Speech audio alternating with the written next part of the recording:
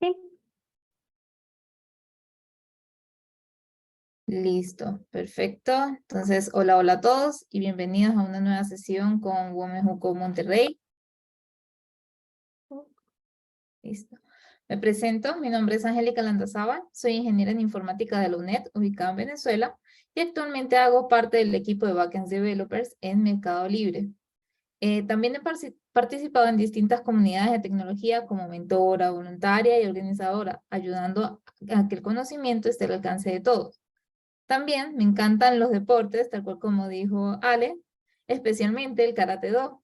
En pantalla podrán encontrar mis cuentas de redes sociales para que me sigan, ya que comparto diversos eventos próximos de charlas y talleres de todas estas comunidades en las que he estado participando. Ahora sí, vamos a comenzar con el tema de hoy, sobre patrones de diseño. Pero para esto debemos de tener unos breves conocimientos de los siguientes temas que vamos a repasar rápidamente. En primer lugar, se debe de conocer los fundamentos de algún lenguaje de programación, especialmente alguno orientado a objetos, ya sea Java, C++, Ruby, y que se basen en los 4 pilares fundamentales que son la abstracción, el encapsulamiento, el polimorfismo y la herencia. Conocer sobre los diagramas de clases debido a que con esto se puede entender de una manera visual cómo es la estructura y o la relación entre los diversos componentes. En la explicación de algunos patrones, voy a utilizar este tipo de herramientas para dar un mejor contexto sobre el mismo. También tener nociones sobre los principios SOLID es otro de los prerequisitos para tener unas buenas bases y entrarnos en el mundo de los patrones de diseño. Sin embargo, si este es un tema nuevo para ti, vamos a repasarlo brevemente. SOLID es un acrónimo en inglés que hace referencia a 5 principios de la programación orientada a objetos, cuyo objetivo es crear código más fácilmente mantenible a lo largo del tiempo. Sus siglas hacen referencia a el Single Responsibility Principle o principio de responsabilidad única, que nos indica que una clase debería de tener un único objetivo muy claro. Esto permite hallar fácilmente algún error que pueda ocurrir. Open Close Principle o principio abierto cerrado nos propone una forma de estructurar las clases para poder adaptarse a nuevos requerimientos sin tener que modificar su estructura interna. La idea es que si llega a aparecer un nuevo requerimiento, no tengamos que eliminar medio código ya creado, sino que creemos un nuevo componente que podamos adaptar a los ya existentes. Tenemos el Liskop Substitution Principle o principio de sustitución de Liskop, el cual nos establece que una relación de herencia, cualquier situación en la que se necesite utilizar un objeto de una clase padre, debe de poder recibir también un objeto de cualquier clase hija, sin conocer la diferencia de estos. El Interface Segregation Principle o el principio de segregación de interfaz nos dice que primero hay que recordar que las clases pueden implementar cualquier cantidad de interfaces, por lo que el principio nos sugiere en cómo debemos de estructurar nuestras interfaces, de modo que cuando una clase las implemente, estos no les exijan utilizar métodos que no necesita o que no les son propios. También tenemos el Dependency Inversion Principle o principio de inversión de dependencia, que nos detalla que los módulos de alto nivel no deben depender de los de bajo nivel. Ambos deben depender de abstracciones. Esto quiere decir que tenemos clases de alto nivel que son aquellas que tienen que ver con la lógica del negocio de la app en la que estamos desarrollando. Y las clases de bajo nivel son aquellas que simplemente están ahí para ayudar a que las clases de alto nivel puedan llevar su cometido. La idea de este principio es ver cómo se vinculan estas clases de modo que la dependencia sea más desacoplada. Otro punto importante a tener en cuenta es conocer sobre las buenas prácticas de escritura de código. Así que si quieres aprender un poco de esto, te dejo el link y un QR de una de las charlas que di en el Women Who Code con el LATAM sobre los primeros pasos con el Clean Code. Bien, ahora sí vamos a avanzar con el tema de hoy, definiendo qué son los patrones de diseño. Son prácticamente soluciones conceptuales a problemas habituales que ocurren con frecuencia en el desarrollo del software y que se pueden aplicar a la hora de diseñar las clases. Es importante entender que esto no se trata de código en el que puedas copiar y pegar. Son ayudas para pensar en cómo construir una aplicación. Otro punto es que hay que tener en cuenta que los patrones no son aplicables siempre. Son simplemente ideas que te pueden ayudar a para que no tengas que arrancar de la hoja en blanco. Pueden seguir los detalles de alguno de los patrones para implementar una solución que logre encajar con las necesidades de tu programa. Un poco de historia acerca de los patrones es que fue escrito por Christopher Alexander en el libro del lenguaje de los patrones, aplicado en el área de arquitectura. Y no estamos hablando de la arquitectura del software.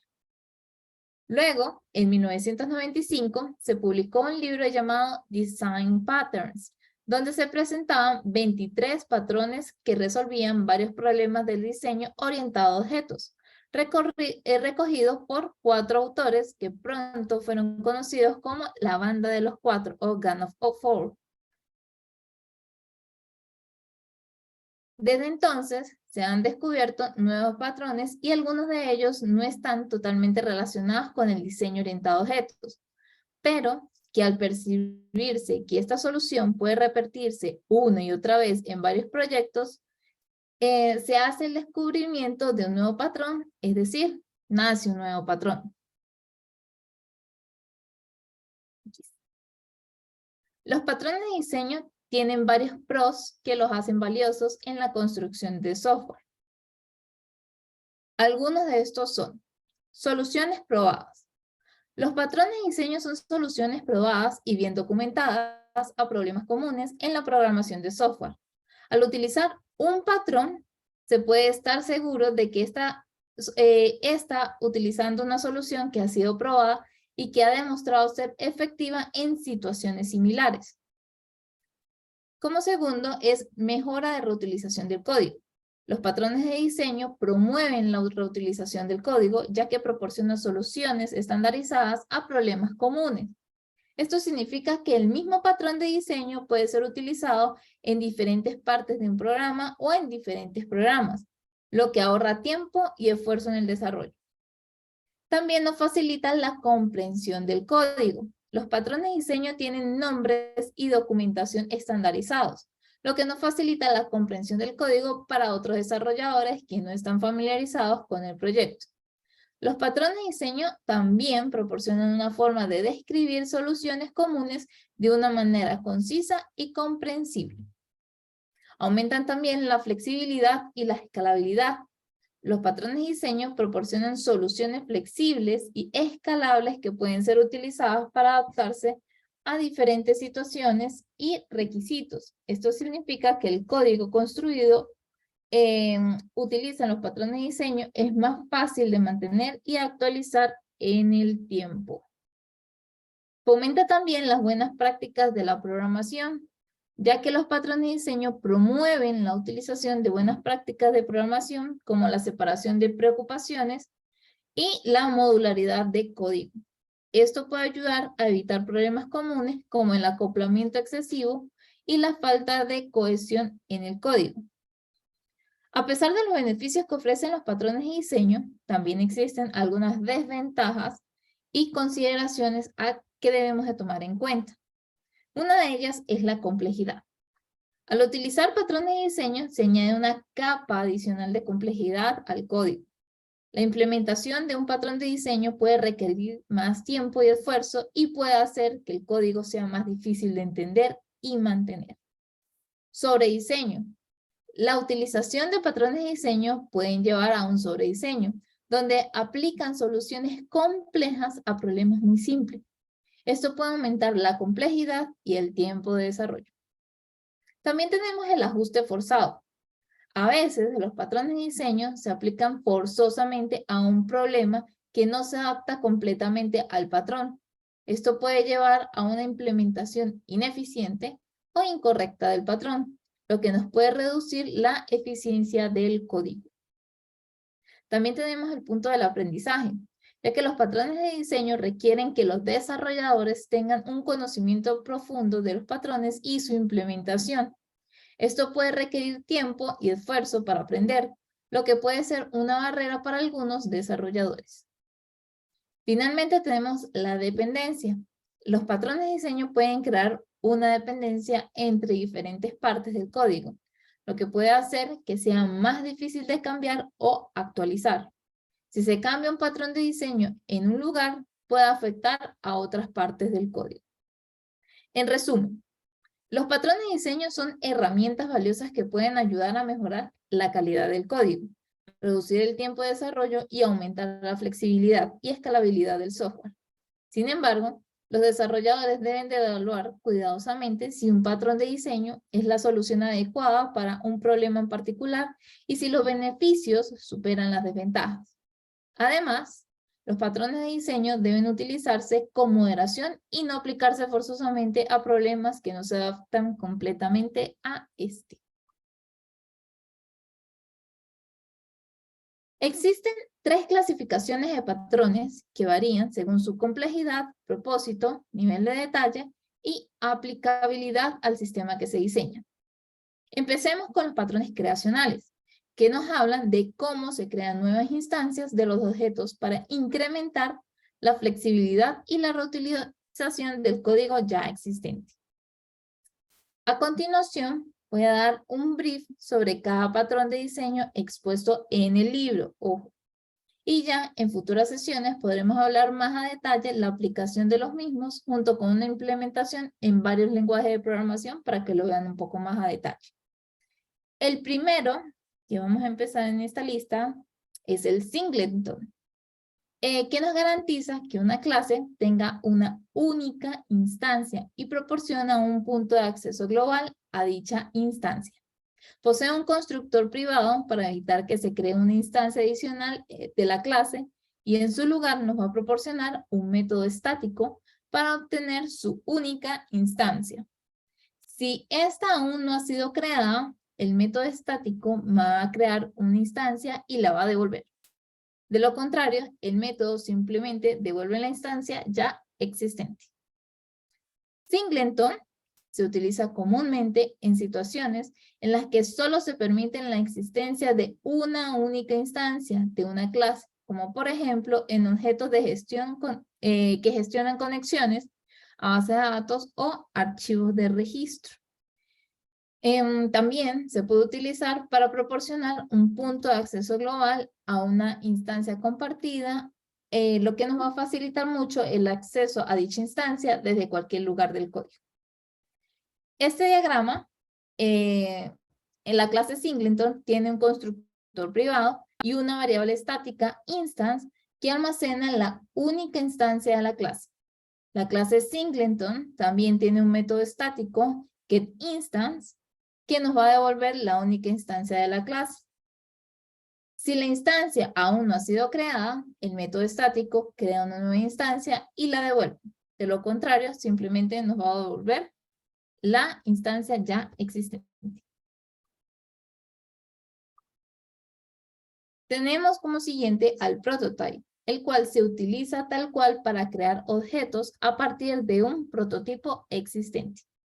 En lugar de crear objetos utilizando un constructor, este nos va a clonar un objeto existente y utiliza el clon como prototipo para crear nuevos objetos.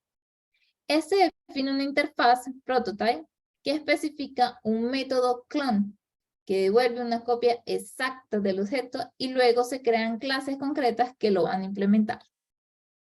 Una ventaja de utilizar este patrón de diseño es que permite crear objetos complejos de manera eficiente, ya que se pueden clonar objetos ya existentes en vez de crear nuevos desde cero.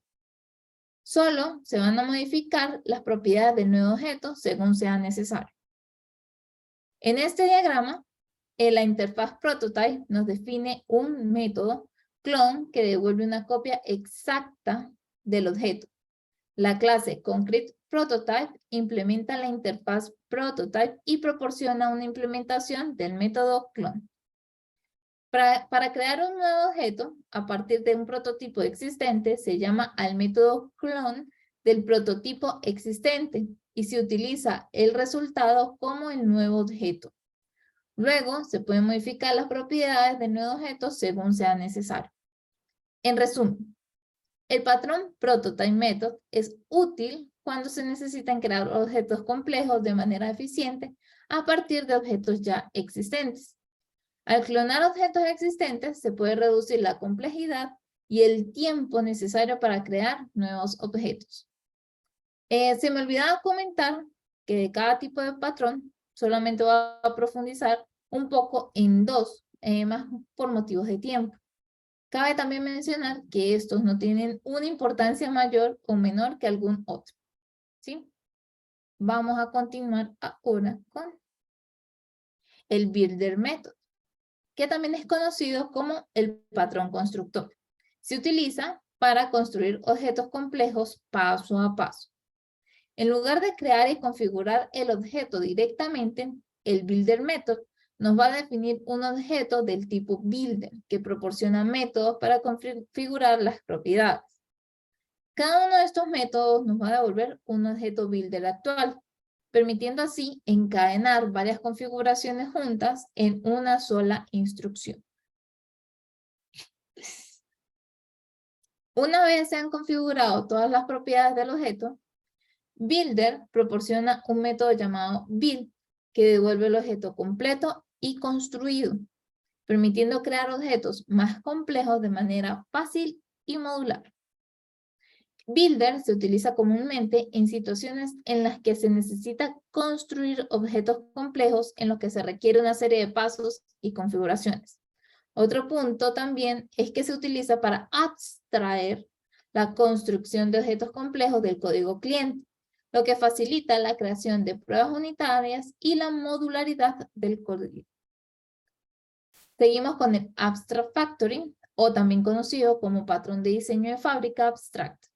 Nos proporciona una interfaz para crear familias de objetos relacionados o dependientes sin especificar sus clases concretas.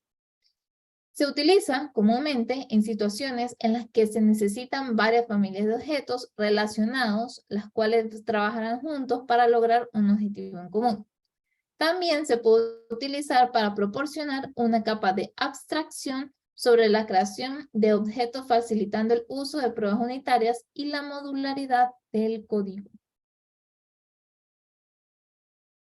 Seguimos con el Factory Method, o también conocido como el patrón de diseño fábrica. Se utiliza para crear objetos de diferentes clases que comparten una interfaz común.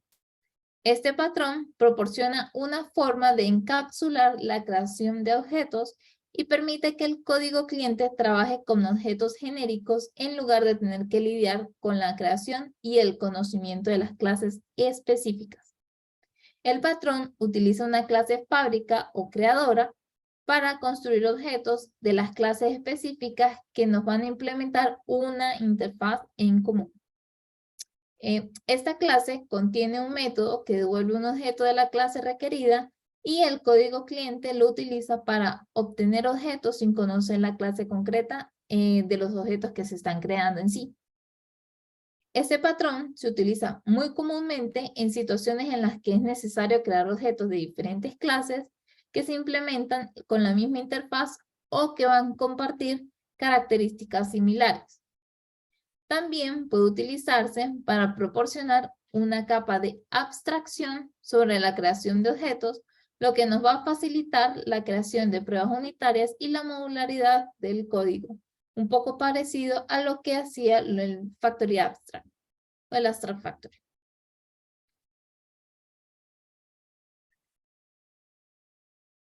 Seguimos con los patrones de tipo estructurales, los cuales nos van a hablar de cómo definimos la estructura creciente de las clases, manteniendo su flexibilidad y eficiencia. Tenemos los siguientes. El proxy, que nos permite proporcionar un sustituto o intermediario para otro objeto con el fin de controlar el acceso a ese objeto o añadirle una funcionalidad adicional. Este patrón En este patrón, un objeto proxy actúa como un intermediario entre el cliente y el objeto real. El cliente nos va a interactuar con el objeto proxy y el proxy se va a encargar de realizar las operaciones necesarias en el objeto real. El proxy puede realizar diversas tareas como verificar permisos de acceso, cachar resultados, registrar información de acceso, etc. En este diagrama, la clase Subject define la interfaz común para el objeto real y el proxy. La clase RealSubject nos va a representar el objeto real que el proxy está protegiendo o está mejorando. Finalmente, la clase proxy es la clase que actúa como intermediario entre el cliente y el objeto real. El cliente interactúa con el objeto proxy a través de la misma interfaz que el objeto RealSubject. El proxy se va a encargar de realizar las tareas adicionales necesarias antes o después de delegar la solicitud al RealSubject. Por ejemplo, si el objeto RealSubject es costoso de crear o inicializar, el proxy puede ser responsable de crear y mantener el objeto RealSubject, solo cuando sea necesario, y devolver una instancia almacenada en caché en su lugar. En resumen, este patrón es un patrón estructural que permite proporcionar un sustituto o intermediario para otro objeto, con el fin de controlar el acceso a ese objeto o añadirle funcionalidad adicional. El objeto proxy actúa como un intermediario entre el cliente y el objeto real y también puede realizar diversas tareas como verificar permisos de acceso, cachar resultados, registrar información de acceso, etc.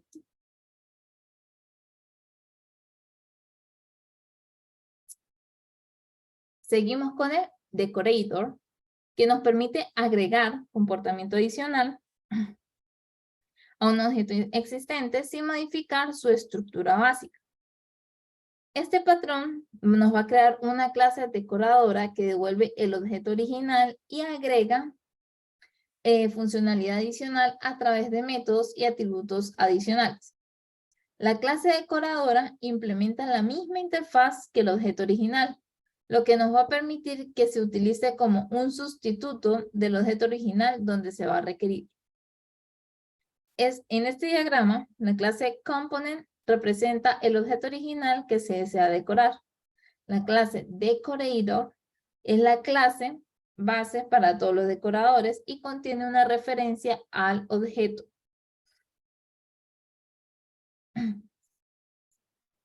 Ay, un momento.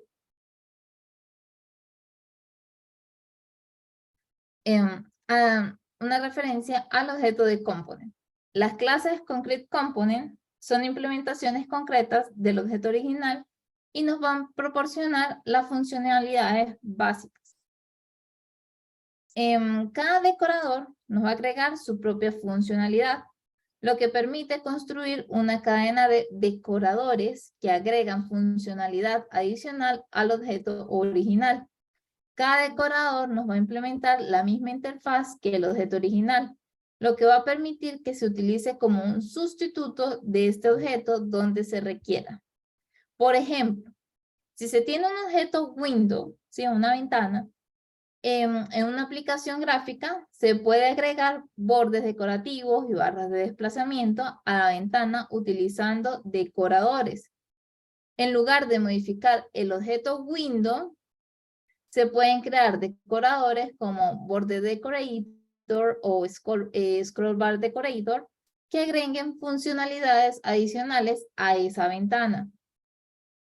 En resumen, el patrón Decorator es un patrón estructural que nos va a permitir agregar comportamiento adicional a un objeto existente sin modificar su estructura básica. Se va a crear una clase decoradora que envuelve el objeto original y agrega funcionalidades adicionales a través de métodos y atributos adicionales.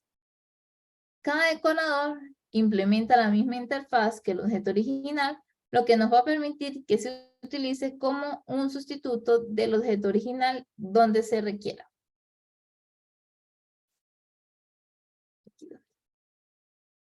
Seguimos con el adapter, que se utiliza para conectar dos interfaces incompatibles.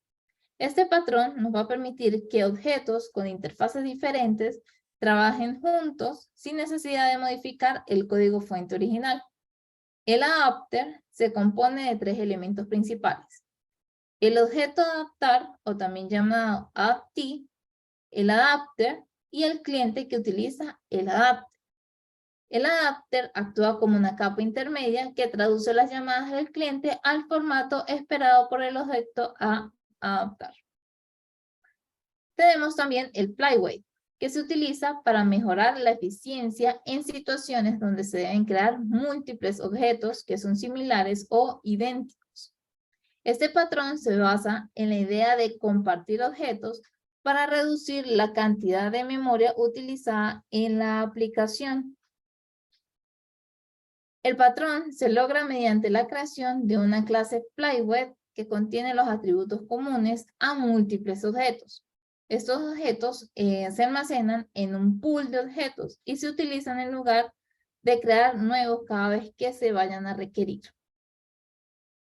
El patrón flyweight se utiliza a menudo en situaciones donde se deben crear grandes cantidades de objetos similares.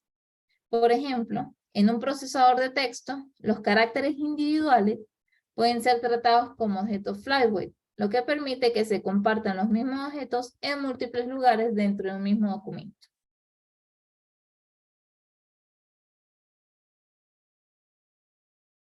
Aquí tenemos al composite, que nos permite representar jerarquías de elementos como si fueran árboles.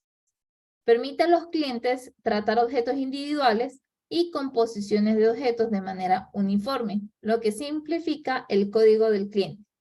Aquí, los objetos se van a organizar en una estructura de tipo árbol, donde cada nodo del árbol puede ser un objeto compuesto, que contiene otros nodos, o un objeto hoja que no va a contener otros nodos. Todos los nodos en la estructura del árbol van a compartir una misma interfaz, lo que nos va a permitir que el cliente trate los nodos de manera muy uniforme. El facade nos va a proporcionar una interfaz simplificada a un conjunto de interfaces o subsistemas más complejos. En este patrón, una clase fachada, como también se le conoce, nos va a actuar como una interfaz única y simplificada para un conjunto de interfaces más complejas que se van a encontrar detrás de ella. Esto nos va a ayudar a ocultar la complejidad de los sistemas más grandes y proporcionará una interfaz más fácil de usar para los clientes.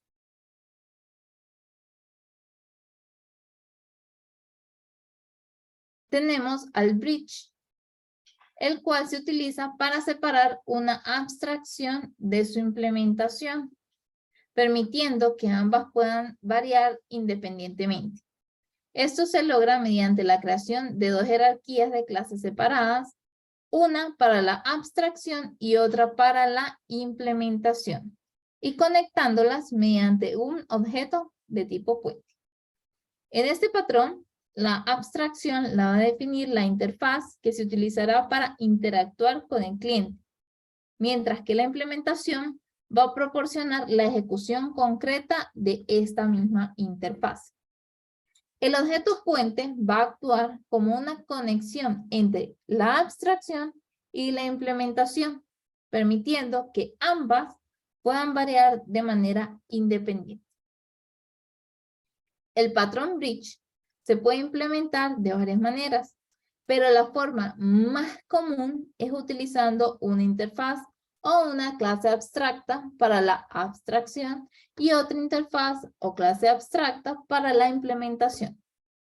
El objeto puente se implementa como una clase concreta que tiene una referencia a un objeto de implementación y va a delegar las llamadas a la abstracción a la implementación. Para utilizar el patrón bridge, se crea una instancia de abstracción y se le pasa una instancia del objeto puente en su constructor.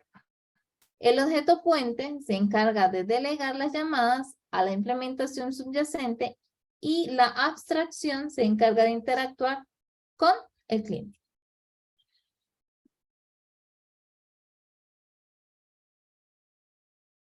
En el caso de los patrones de comportamiento, nos dicen cómo deben comportarse y comunicarse de manera efectiva nuestros objetos. El primero de ellos es el iterator, el cual se utiliza para recorrer una colección de objetos sin exponer su estructura interna. El patrón permite acceder a los elementos de una colección de manera secuencial sin conocer la estructura interna de la colección. Este patrón se basa en dos clases principales. La clase aggregate, que representa la colección, y la clase iterator, que proporciona la forma de acceder a los elementos de la colección. El patrón iterator se implementa normalmente con una interfaz iterator que define los métodos para acceder a los elementos de la colección y una clase concrete iterator que implementa esa interfaz y realiza el seguimiento de la posición actual dentro de la colección. En este diagrama, la clase aggregate es la clase base para todos los objetos que representan las colecciones. Contiene un método createIterator que devuelve un objeto iterator que se puede usar para recorrer toda la colección. La clase iterator es la interfaz que nos va a definir los métodos para acceder a los elementos de la colección. Contiene métodos como next para obtener el siguiente elemento de la colección y hasNext para determinar si hay más elementos en esa misma colección. La clase concrete es una implementación concreta de la clase aggregate. Contiene una colección de elementos y un método getIndex para obtener el elemento específico de la colección. La clase concrete_iterator es una implementación concreta de la clase iterator. Realiza un seguimiento de la posición actual dentro de la colección y nos va a proporcionar la implementación de los métodos next y hasNext. Cuando se necesita recorrer una colección de elementos, se crea un objeto iterator utilizando el método createIterator de la clase aggregate. Luego, se usa el objeto iterator para acceder a los elementos de la colección sin conocer su estructura interna. En resumen, el patrón iterator es un patrón de diseño de comportamiento que se utiliza para recorrer una colección de objetos sin exponer su estructura interna. Se implementa utilizando una clase aggregate que representa la colección y una clase iterator que proporciona la forma de acceder a los elementos de esa colección. El patrón iterator es muy útil cuando se necesitan acceder a los elementos de una colección de manera secuencial sin conocer su estructura interna.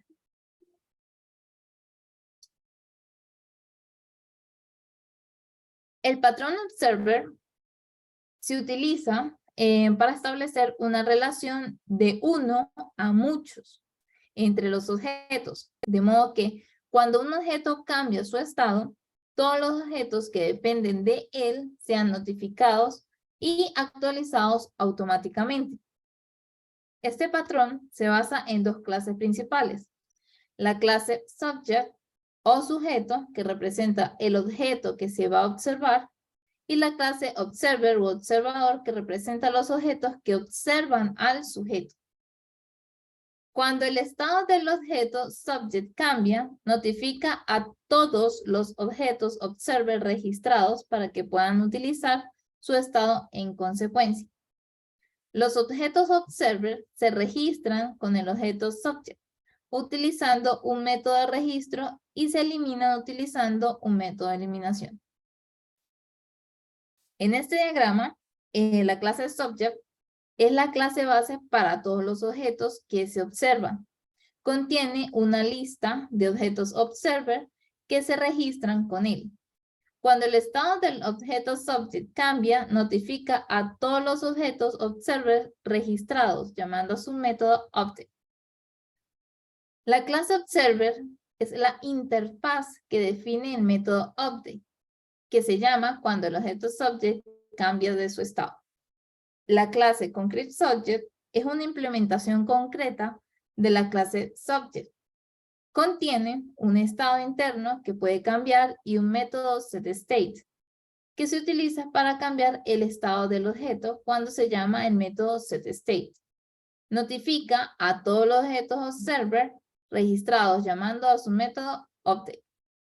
Cuando se necesita observar un objeto subject, se crea un objeto observer y se registra en el objeto subject llamando al método de registro. El objeto observer nos va a implementar el método update que se llama cuando el estado del objeto subject va a cambiar. Es un poco parecido a lo que se maneja con el PutSub.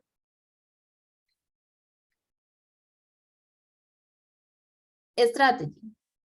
Permite definir una familia de algoritmos, encapsular cada uno de ellos y hacerlos intercambiables. Esto permite que el algoritmo varíe independientemente del cliente que lo va a utilizar. El patrón Strategy se va a basar en dos clases principales. La clase Context, que contiene el algoritmo que se utilizará, y la clase Strategy, que representa el algoritmo en sí. El Template Method, o método de plantilla, se utiliza para definir el esqueleto de un algoritmo en una superclase, mientras que permite que las subclases implementen ciertas partes del algoritmo sin cambiar su estructura general. En este patrón se van a definir un método de plantilla en la superclase que contiene los pasos comunes del algoritmo, pero que utiliza métodos abstractos para las partes específicas del algoritmo que deben ser implementadas por las subclases. Cada subclase nos va a proporcionar un método o una implementación concreta de los métodos abstractos, personalizando así el algoritmo a sus necesidades específicas. El método de plantilla es útil cuando se tiene un algoritmo que tiene una estructura común, pero que puede ser modificado por las subclases en ciertas partes específicas. Además, el uso de un método de plantilla también promueve la reutilización del código, ya que la lógica común se va a definir una vez en la superclase. Tenemos al visitor, que agrega nuevas operaciones a una estructura de objetos sin modificar los objetos en sí mismos.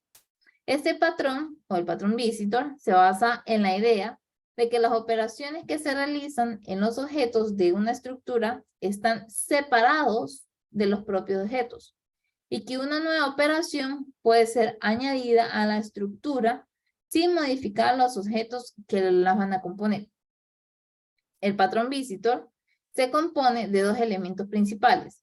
El visitor, que es una interfaz que define las operaciones que pueden ser realizadas en los elementos visitables, y los elementos visitables, que son los objetos que pueden ser visitados por el visitor.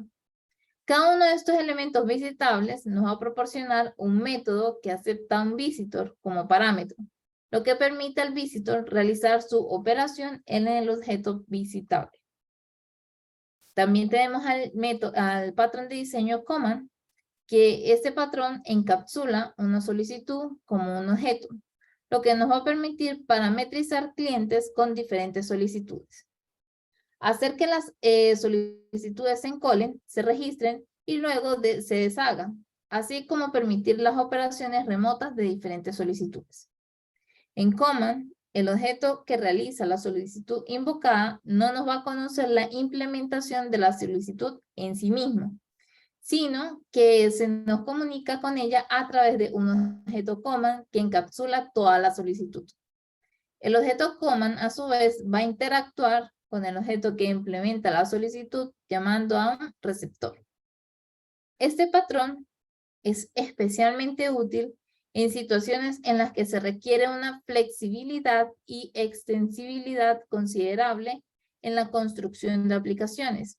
Además, el patrón command nos va a facilitar la implementación del sistema de registros y reversiones de acciones, lo que nos resulta especialmente útil en editores de texto y aplicaciones de diseño gráfico. Ok. Tenemos también al patrón de diseño Memento, el cual nos permite capturar y almacenar el estado interno de un objeto sin violar su encapsulamiento y luego restaurar ese estado en un momento posterior.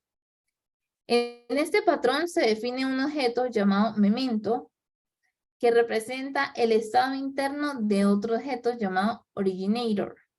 El originator es el objeto que tiene el estado interno que se requiere capturar y restaurar, mientras que el memento es el objeto que almacena ese estado. Para el patrón memento se utiliza con frecuencia en aplicaciones que requieren la capacidad de deshacer y rehacer acciones, como editores de texto y aplicaciones de diseño gráfico, tal cual como el patrón anterior que vimos. También es útil en situaciones en las que se necesita guardar el estado de un objeto para poder restaurarlo en un momento futuro, como en aplicaciones de recuperación de datos y en sistemas de control de versiones. Tenemos el mediator, el cual se utiliza para reducir la complejidad en la comunicación entre objetos.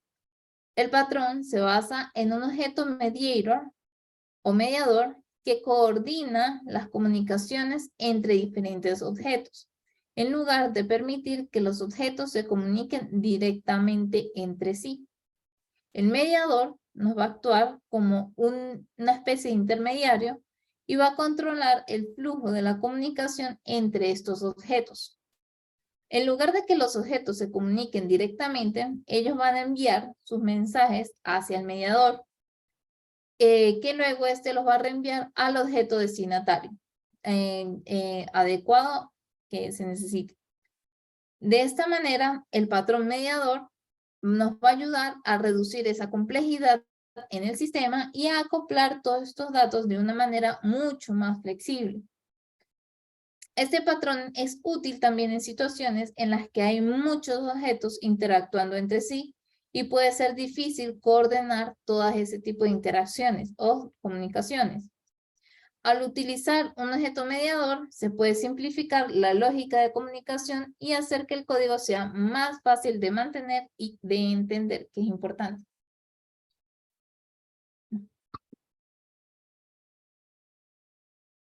El Chain of Responsibility, también conocido como la cadena de responsabilidad, es utilizado para diseñar sistemas en los que múltiples objetos pueden manejar una solicitud y el objeto que la manejará no está determinado de antemano.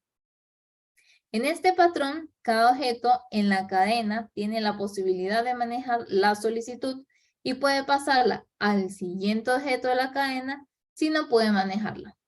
Esto crea una cadena de objetos que pueden manejar la solicitud y permite que el sistema sea aún más flexible y escalable.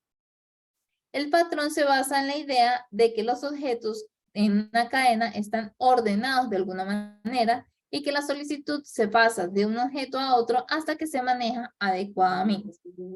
Cada objeto en la cadena tiene un enlace al siguiente objeto y el objeto que maneja la solicitud va a depender de la cadena y de cómo se han configurado estos enlaces. Este patrón se utiliza muy comúnmente en situaciones en las que hay múltiples opciones para manejar una solicitud y no se sabe de antemano cuál será la opción correcta. También se utiliza mucho en situaciones en las que se desea una lógica de manejo de errores un poco más flexible y escalable. Es un poco parecido a cuando utilizamos el switch, que hay varias opciones en las que puede caer una solicitud. El state es otro de los patrones en los cuales nos va a permitir a un objeto cambiar su comportamiento en tiempo de ejecución en función del estado interno de ese objeto. El patrón state se basa en la idea de que un objeto puede tener múltiples estados y que el comportamiento del estado puede cambiar en función del estado en el que se encuentre. El patrón state se compone de tres elementos principales: el context, que es el objeto que tiene un estado interno y cuyo comportamiento puede cambiar en función de ese estado, el state, que es una interfaz que define el comportamiento del objeto en función del estado en el que se encuentra. Las concrete states, que son las implementaciones concretadas de la interfaz de state que define el comportamiento específico del objeto en función del objeto en el que se encuentra.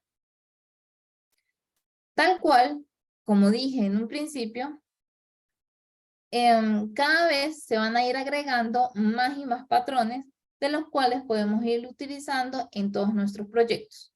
Por ejemplo, si utilizas un framework, va a ser pero muy probable que estés utilizando patrones de diseño. Sin embargo, debemos de tener muy en cuenta los pros y los contras de utilizar un patrón u otro.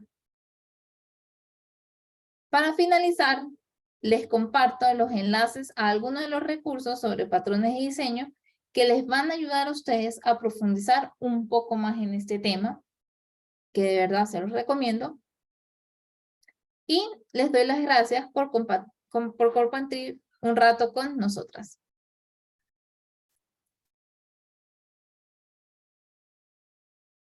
Muchas gracias, Angélica. No sé si tengan alguna pregunta, duda o comentario, pueden irlo dejando aquí en el chat y ahorita los leemos.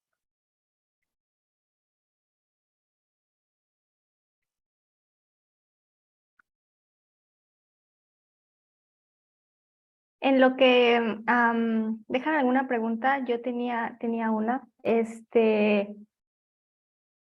Yo trabajo con frontend y no estoy muy segura de cómo aplicar los patrones de diseño en frontend. Siento que es un poco más fácil en backend. ¿Has visto algún ejemplo o algo? En frontend sí, precisamente hay varios patrones que se aplican para frontend, tal cual como dije desde un principio. Todo va a depender mucho, ¿sí?, del problema que tengas. No hay que aplicar tampoco patrones de diseño a lo forzado, porque seguramente vas a tener que resolver problemas muy sencillos sin necesidad de aplicarlos. Sería evaluarlos, ¿sí? Existen actualmente varios patrones, por ejemplo, está el Singleton. Singleton es maravilloso debido a que tal cual es muy fácil de implementar y cumple con uno de los principios de Solid, que es el de responsabilidad única. Todo va a depender del problema que tengas y de la solución en la cual quieras implementar. Ok, muy bien, muchas gracias. Ahí nos están preguntando varios que si nos puedes dejar los enlaces aquí en la cajita de comentarios, por favor. Porque creo que no nos alcanzaron a ver. Ahorita tú en backend, ¿qué lenguaje de programación estás utilizando? Actualmente estoy utilizando Java con varios... volví a abrir aquí el enlace, ya le paso los enlaces. Sí, la salud mental está disminuyendo en todo el mundo. Con varios frameworks, ¿sí? Entre eso Spring y Javelin. Y tal cual, exactamente, y tal cual implementamos diferentes patrones de diseño. Son muchísimos los proyectos los que se manejan dentro del Mercado Libre. Cada cual tiene sus propios estándares, sus propias referencias, sus propias responsabilidades y pues se manejan diferentes tipos de patrones para cada una de ellas. Entonces manejamos diferentes patrones de diseño y principalmente una de las cosas que dije al principio, manejado o enfocado en un lenguaje de programación orientado a objetos. Ok, muy bien, muchas gracias. Aquí Antonio nos dejó una liga, dice que hay varios ejemplos en la liga que dejó por si quieren checarla. Súper. Sí, igual si quieren algún comentario o algo, aquí pueden abrir el micrófono o pueden dejarlo ahí. Nos dejó el de la presentación, muchas gracias. Súper. También aquí está lo de el libro, aquí de Amazon.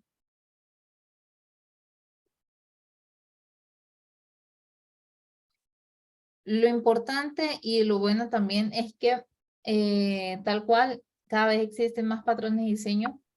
Por ejemplo, hay unos de los que ya no están en este libro, sí, que fueron los principales, que es el MVC, que también se ha manejado mucho en diferentes lenguajes, en diferentes frameworks. Por ejemplo, Laravel utiliza lo que es este modelo vista controlador, Ujú. que es muy común y como muy fácil también de entender, de Sí. manejar. Django tiene uno particular que es el MTE, maneja un poco parecido, sí, que es modelo template view, MTV, Sí. y también maneja como el mismo enfoque. Entonces es como todo, tal cual, ver como cuáles son los que se adaptan mejores a la problemática o a las soluciones que ustedes necesitan. Sí, de hecho, yo programé por un tiempo Java y después me fui a frontend y ahora regresé a backend, pero con Python.